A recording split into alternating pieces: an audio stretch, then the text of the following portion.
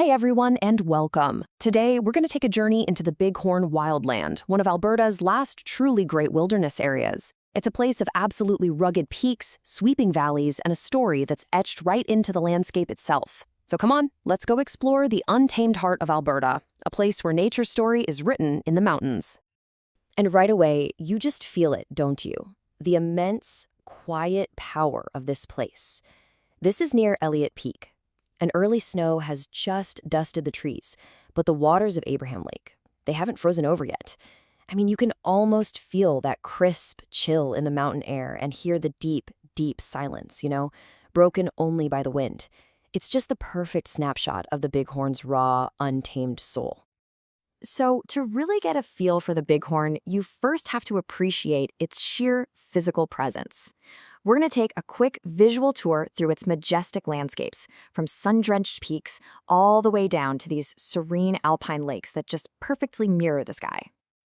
Okay, our tour starts way up high, where these golden alpine meadows just seem to pour down to meet the shadows of these colossal peaks. The contrast is just stunning. You've got these sunlit ridges plunging into dark, forested valleys below. You can see the incredible variety of the terrain in just a single glance. And this shot, wow, this one really gives you a sense of the scale of the Bighorn. I mean, these aren't just hills. They are endless rows of snow-dusted mountains, this incredible landscape carved out by ancient glaciers. It just feels boundless, a truly vast and humbling wilderness that stretches out as far as you can see. But it's not all about that epic scale. Amidst all that vastness, you find these moments of just perfect serenity.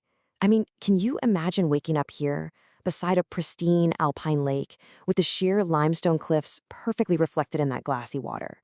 This is the intimate beauty that really draws people in, offering not just an adventure, but a deep sense of peace. The author and naturalist Vivian Ferris, who has spent decades exploring this region, she just nails it with this quote. That intense, luminous yellow of the aspen against the mountains, it's a landscape that isn't just something you see, it's something you feel, deep down. It really speaks to why this place is so treasured. Okay, so a landscape this diverse and this grand, you just know it is absolutely teeming with life. So now, let's dive into the heartbeat of the Bighorn. It's incredible, resilient wildlife. So what's the secret to all this biodiversity? Well, it's these multiple ecosystems, kind of like a vertical world of different habitats. You go from the harsh, windswept alpine zone, where only the toughest stuff can survive, all the way down to the lush, warmer montane valleys. Each layer of elevation provides a unique home for a totally stunning variety of plants and animals. And here you have it, the food web in action. On one side, the magnificent bighorn ram, the very symbol of this land, perfectly built to navigate these insane cliffs. And on the other, the top predator, the elusive wolf. People call it the gray ghost, and its lonely calls echoing through the valleys at night, well, that's the sound of true wildness. But the Bighorn, it's also a story of resilience, a story of hope. The elk, or wapiti as they're also known, were once almost completely gone from this part of the world. But thanks to some really dedicated reintroduction efforts and protecting essential habitats just like these valleys, they have made an incredible comeback. Their herds are once again thriving in the foothills. And of course, you absolutely cannot talk about the Bighorn without mentioning its famous wild horses. For over 100 years, these herds have been a symbol of the untamed spirit of this place. And their story is one of incredible survival, from being captured for work in the coal mines and even for food, to finally getting legal protection back in 1993, which allows them to roam these lands in much greater peace. But for all its toughness, this ecosystem is also incredibly fragile. And Jobs Lake is a really stark reminder of that. It used to be an angler's paradise, famous for these massive cutthroat trout. But the fishing pressure in the 1980s was just too much, and it led to a total collapse of the fishery. The lake was closed to fishing in 1989, and it's been closed ever since. A powerful lesson in how quickly a natural wonder can be lost. Now, it's easy to look at these landscapes and think they're empty, but that could not be further from the truth. The Bighorn is filled with stories. So let's start to peel back the layers of time and discover the rich human history here, the footprints of the past that are etched right into the land itself. This timeline is just incredible. It shows the sheer depth of human connection to this place. For thousands of years, First Nations peoples like the Kootenai and the Assiniboine lived and hunted here. Then came others, European fur traders like David Thompson, mapping these tough river valleys. Then scientific explorers like James Hector, documenting its wonders. And adventurers like Mary Schaefer, who chronicled a world that was on the edge of massive change. And that tradition carries on today with the outfitters who guide people through these same mountains. And the cool part is, this history isn't just in some dusty old book. It's literally written on the land.